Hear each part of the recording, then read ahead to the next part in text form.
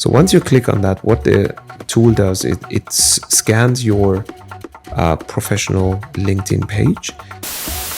It all just happened. So my kind of encouragement for those individuals is, if you haven't figured everything out yet, again, as a matter of fact, I'd never had my own business. I'd never run my own business before. I was never a GM, a CEO, or a business development person. And it's been almost 3 years, and I've had an incredible run.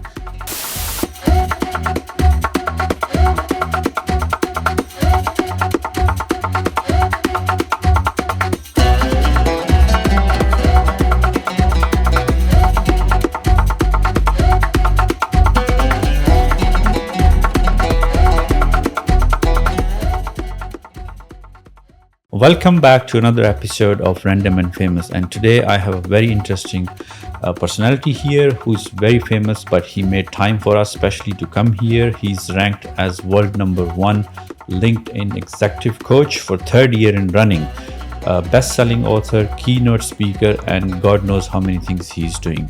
So please welcome Navid Nazemian. Navid, thank you so much for joining us. Thank you, Tausif, and thank you for the warm welcome. I'm not sure my family would agree with the famous part, but hey, we'll leave that for another conversation. Yes.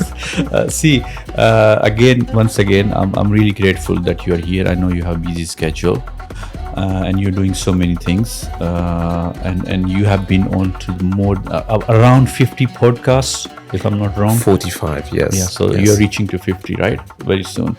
And you have on LinkedIn massive profile with over 25k followers, right? And you have spoken on multiple platforms. And by the way, I will share your link on this podcast just below, so people can see your amazing work.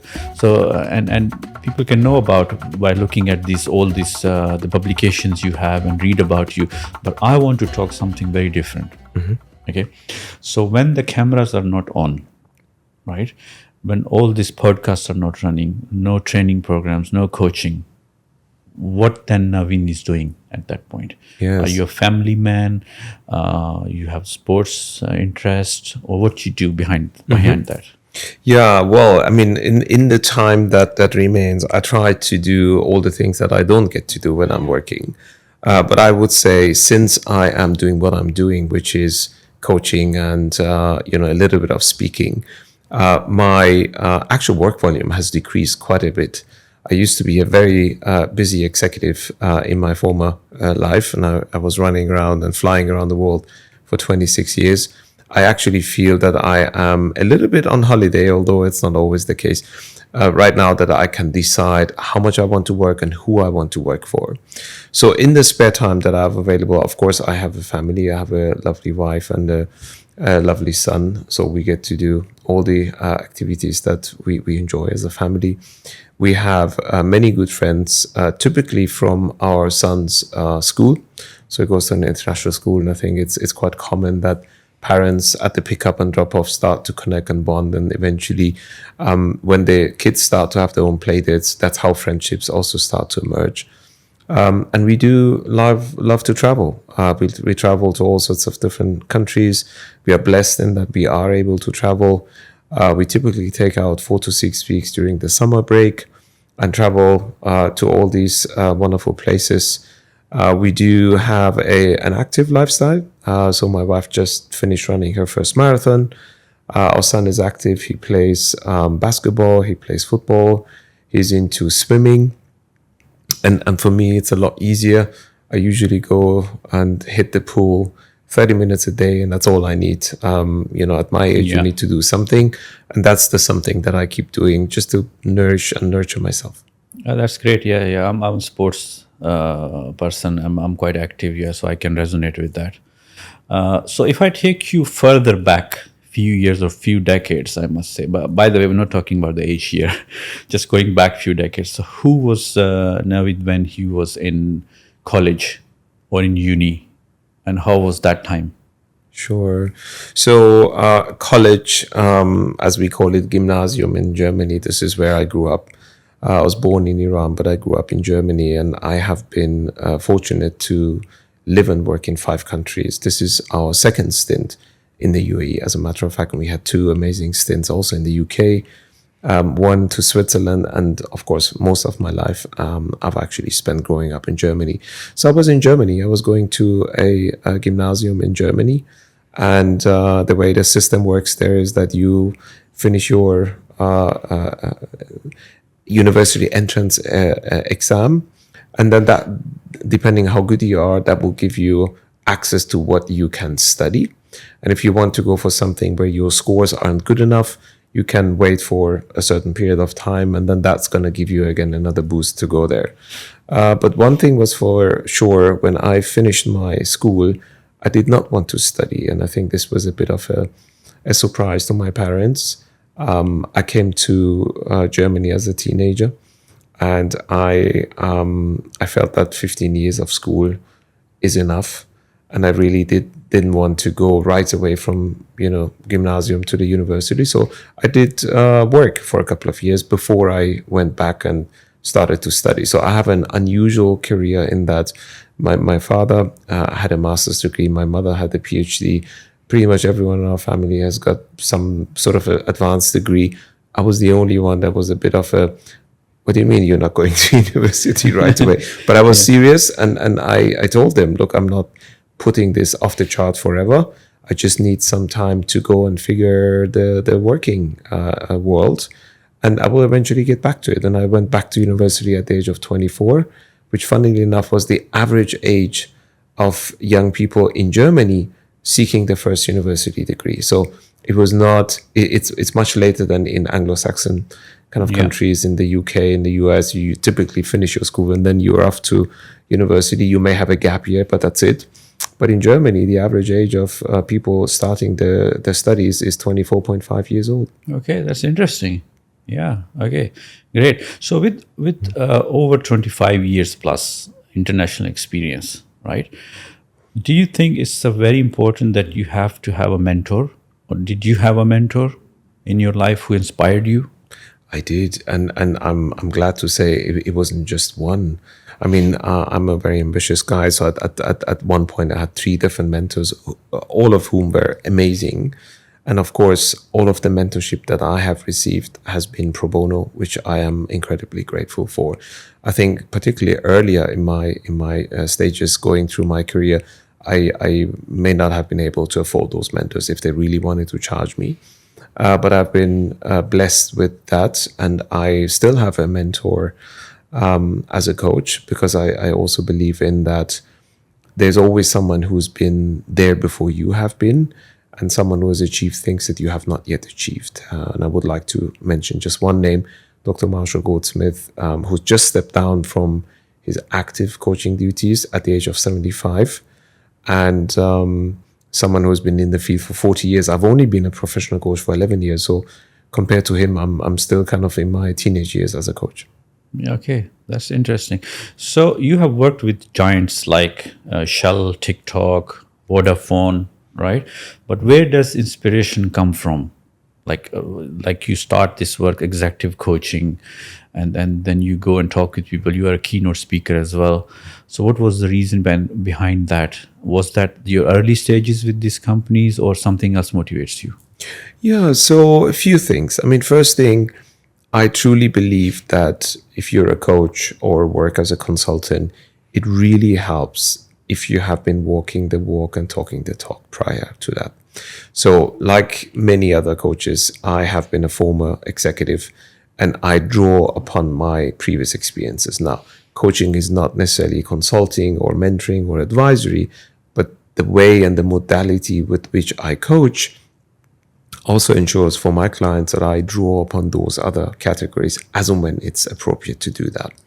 So that's the first thing. The second thing is, of course, having been in the HR function for 20 out of the 26 years, that really gives me a unique perspective, purely because I have been in the driver's seat, I have been in the planning seat, and I've been behind the scenes making some of those incredible transitions and career steps happen. And so I have a very unique view about all the executives that are today my clients, also prior to becoming a coach as an HR leader. So I also bring that in. And last but not least, I think a can't remember who said this famous saying that, pick something you truly love and you will never work again in a day in your life. I really believe in that. And so the reason I picked this niche called transition coaching and the fact that I am exclusively working with executive leaders is really the sweet spot for me personally and professionally, and being able to do what I love as my main gig, and having that to pay for the house and the wife and everything else that we have to afford is really, really a blessing. So I feel incredibly grateful for that. So that's not an easy skill, right? To master that. So because you help other masters executive transitions, right? But what's the biggest transition you had to master? Yeah. And able to change their mindset? Yeah. Well, I mean, I would like to use the word yet, because God knows what transitions we have to master 5 or 10 years down the line. If you would have asked me 5 years ago, will you ever kind of jump ship from the big corporate, I would have told you, why would I? I'm enjoying what I'm doing. I'm successful at what I do. I seem to, be appreciated by all these wonderful companies. Why would I ever consider jumping ship? And here I am 3 years into my solopreneurship and enjoying what I do. And I am not even considering to go back into the executive life. So I think the word yet is an important one.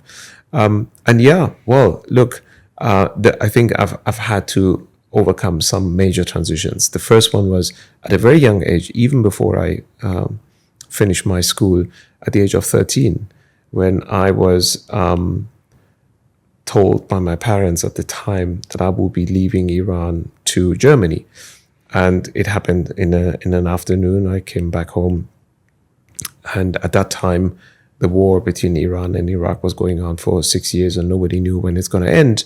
And so my parents decided it's best to get me out of the country and really have me in a different kind of mindset and environment to grow up. And so Germany was top of mind because I used to have family members who lived in Germany. The funny part was, though, that I did not speak a word of German.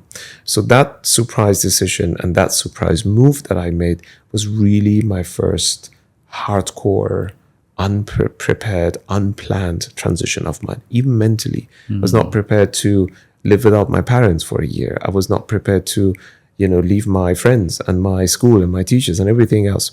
So it was a bit of a shock. And I remember those days vividly, Tausif, when I was attending a 7th grade gymnasium in Berlin. This is where my family lived at the time. And I had French lessons that were taught by a French native teacher. And the explanation was provided in German, neither of those languages I spoke.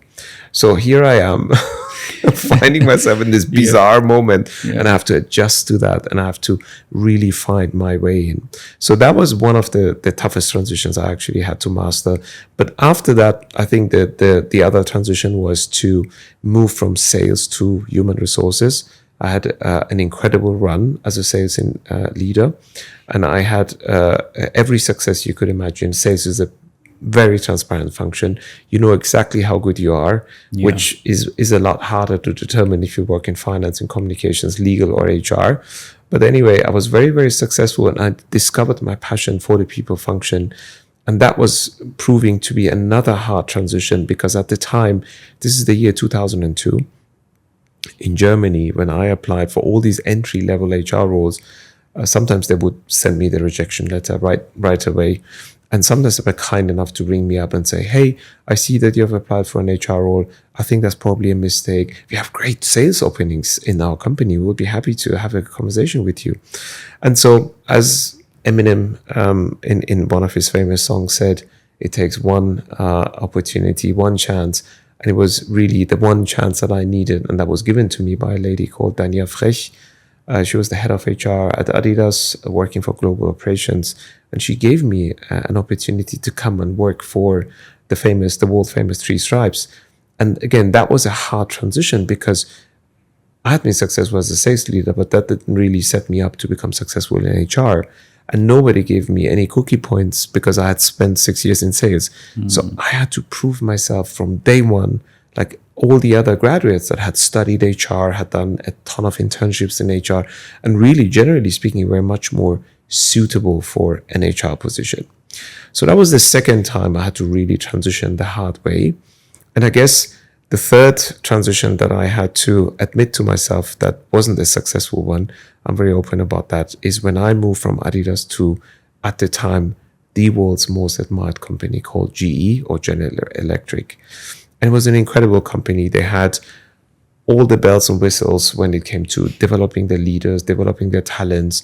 I think the S&P 500 at one point had a higher rate of over 60%. So over 60% of the C-suite were hired from within GE to come and join the other companies, because they really thought of GE as to be the best place for developing and nurturing leaders. So despite all of that, I did not have a great time at GE. I felt that it was too American, too rigid, too much of a different beast than what I would love to have. And so after only 8 months, I had to resign from my job, because I was counting the days until someone walks up to me and hands me my notice letter. So that was the third time I had to transition the hard way, and it wasn't easy. But I think all these failures build up my experiences, and it's as much as about the successes that I have learned, but I think even more so from the failures I've had, to really find what works and what doesn't work in this field. Exactly. And I think the very last transition, if I may conclude, is when I jumped ship from the big corporate, right? Again, as a matter of fact, I'd never had my own business. I'd never run my own business before. I was never a GM, a CEO, or a business development person. And it's been almost 3 years, and I've had an incredible run. And it's been really, really working well for me. So I'm incredibly grateful for that. No, that's really great. And when you talk about the failures, and I believe in this, that the failure teaches you something, right? If you never failed in your life, how do you know how to correct certain things? Okay, what need to be changed? Okay, your behaviors, attitude, your skill level, okay, communication. There's so many things, right? And it teaches you in a hard way. So that's really, really great. You touched on that. I think the people will take some lesson from that. That is super important, that you learn and you or relearn, reskill yourself and move forward. Yeah. Right. Yeah. So what was one decision you made in your life, or a step taken in your life? When you look back, you can say, oh, I'm glad I have taken that step, and that changed my life. Yes. So I think going back 11 years, I was intrigued by the transformational results that can come about from a very effective coaching engagement. I was a buyer of coaching services. I was not a coach at the time. And I really was intrigued by the results and the outcomes. So when I went around and then interviewed a bunch of coaches at the time, I actually went on LinkedIn and did a poll and asked my connections. I am thinking about pursuing a coach education training for myself. Which institute and which track, which path would you recommend to me, and why? And I did my own interviews with the coaches that had the highest satisfaction ratings from the executives that I had been working with as an HR leader. And that's how I arrived to the ultimate kind of, this is the right path for me. Now, I never imagined and I never planned for this to become my main profession. All I was interested in was to learn all the coaching skills to become a more effective executive and a more effective HR leader. So I didn't pursue my coaching degree and my coaching qualification to eventually jump ship and become a full-time coach. I really had this mindset of, okay, I want to become a better listener. I want to become better at narrating what I just heard someone saying to me. I want to be able to hold up a mirror and help them realize and come up with their own solutions. These are all individual skills that a good coach has. And so that probably in hindsight, like many other things, is one of the best decisions that I took, because it has not only given me a shelf life after my active duty as an executive and jumping ship from the big corporate, but it really has turned into a huge passion of mine. Yeah. Interesting, yeah. So you have written this definitive guide on executive transitions, right? And you have a book here, Mastering Executive Transitions, and I'm very lucky that you brought that book here. So what if you have to pick one insight from that book you think everyone or even non-executives should apply in life? What would that be? Yeah. So there are many course, yeah. interventions. I think in my book, I speak about 7, and there are many more that I could probably write another book about. But I think the one differentiator really is to seek professional qualified support when you are, as an executive, when you're about to enter the C-suite for the very first time, or if you're already part of the C-suite and you are being considered for a role that is substantially bigger than your current one. It just so happens that yesterday I had a chemistry conversation with a leader who has been the CFO of an organization successfully for about 4 years now. And the CEO has been asked out by the board, and he's now the interim CEO. So again, you could say, well, that's the natural progression of someone who's been in the finance field. Well, yes, but it's a whole different role to fulfill as a CEO than as a CFO. So these are typical kind of cases. And I cannot overemphasize the fact that 40% are not successful. 40% of every executive transition is a failure 18 months in. And so the number one lever to support the leader in transition is to work with someone like myself. There are many more incredible coaches. I myself have trained up 39 certified transition coaches. So there's at least 40 of us by now that can help those leaders to avoid the biggest mistakes and to really help them hit the ground running. And someone, recently in a masterclass stood up and said, "Oh, that's very handy, isn't it? You're advertising your own services here." And I said, "Look, to my defense, when I wrote the book 3.5 years ago, I wasn't even considering jumping ship. So my book launch, when I was in my full swing as an HR executive, it just happens to be the most effective lever that an executive or the organization can pull." Yeah, this is great. Yeah. So if you have to give one lesson to someone, or say the people have the ideas, right, and they are always afraid to apply that ideas because there's obvious reasons. The family would say, or the friend would say, or even you want to start your own business, or you want to become an entrepreneur, right? What would you say to these people if they are afraid to take that step? What they should do? What would be your advice? Yeah. So the first thing is, I want to be absolutely honest here by saying that 11 years ago, when I started to think about writing the book, when I thought about starting the coach education myself, I had no clue what this is going to lead into, right? So I'm not claiming like, oh, it's super simple. You just do this and write an international best-selling book and that's going to position you and so on and so forth. It all just happened. So my kind of encouragement for those individuals is, if you haven't figured everything out yet, do not worry, because I am the prime example of someone who didn't figure anything out. And I just have been lucky that I kind of fell into these things. But then coming back to a question as to what is it that these people can do, what I can tell you is, Tausif, and you have been kindly referred to me by someone who we commonly share and know. If you stick to the one thing, this is my top tip for anyone that is considering to jump ship or considering to set up their business or whatever it is they want to do. Just pick the one thing that you're really good at and that you really feel passionate about.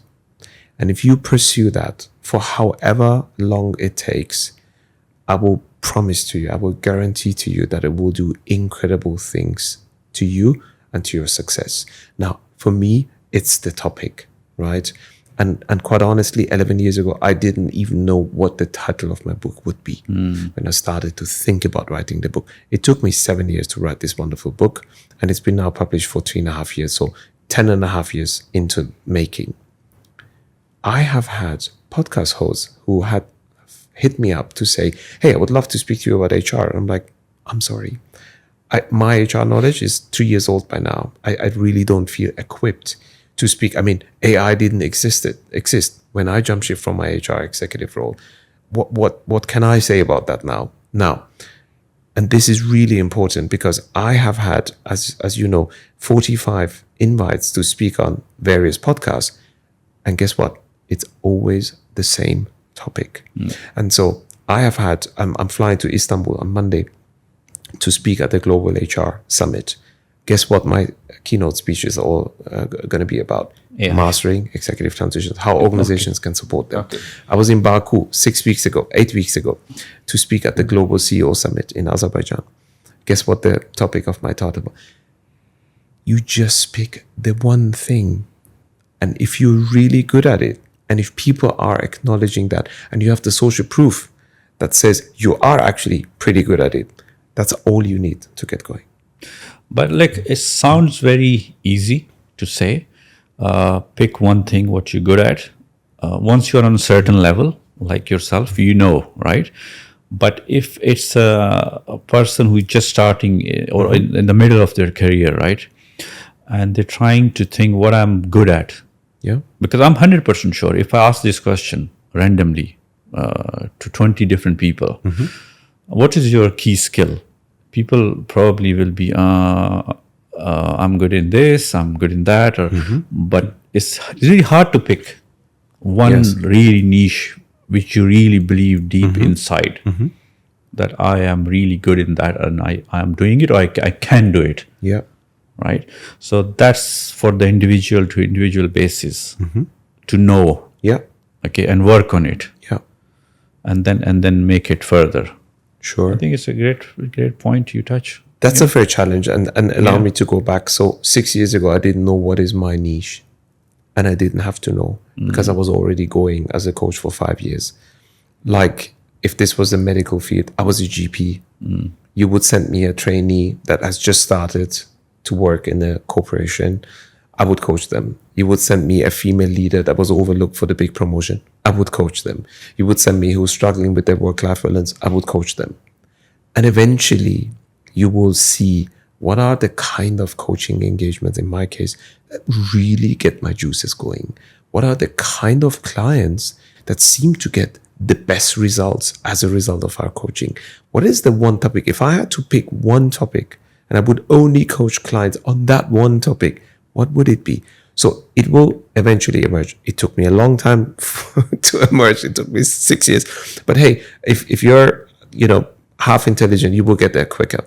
So that's the one thing. And then the other thing is, if you don't know, like I did it, up until 3.5 years ago, so 7.5 years into my 11 years as a coach, I was a coach on the side, right? I was employed 3.5 years ago. So with permission from my employer, I was coaching on the side. And again, the idea that I had about that was to pursue my passion. I was coaching in-house and I was coaching outside. And I had very limited number of clients I could take on because my executive role was a full-on role. I was in charge of 27,000 people in 24 markets.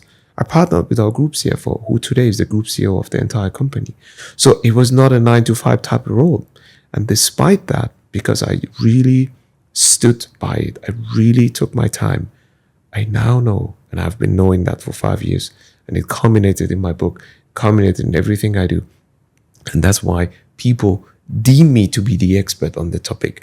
5 years ago, I didn't even know what my topic is. So my encouragement for those people is, if you don't know, just go broad and start to niche down. If you really want to know, ask 10 people who know you very well.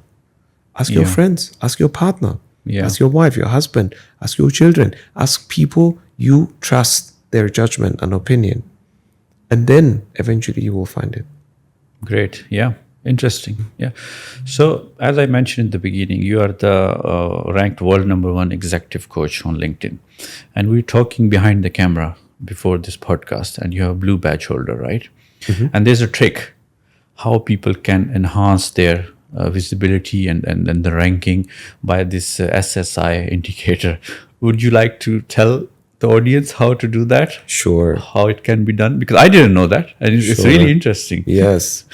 So first thing, I'm not the world's #1 coach by LinkedIn, but CEO today has kindly rank me as the number one coach. But on the LinkedIn topic, yes, there is this tool. It's not a trick. It's actually a framework that helps you to identify a few things. So first thing is you go on Google, you type in social selling index LinkedIn, and usually the first or the second result that comes up is the correct one. You click on it, do it on the browser, don't do it on the LinkedIn app, do it on Google or any other search engine. And then once you click on it, there is a link that says, get to my SSI score. And it's a free service, do not pay anything. So once you click on that, what the tool does, it scans your professional LinkedIn page, and it gives you a few things. The first thing is it gives you a social selling index score. That is a number between 0 to 100. My social selling index score is 64, and that's good enough to be in the 0.00001% of all LinkedIn users. The other two stats that it gives you is the percentage rank of how you rank in your industry. And the other percentage score that you get as a result of that tool is how you rank among your own professional network. So I got 25,000 connections. I have many more blue badge holders that I have a lot larger following that I do have. That's why my number has actually started to drop, because I've started to proactively reach out to the heavy hitters and connect with them.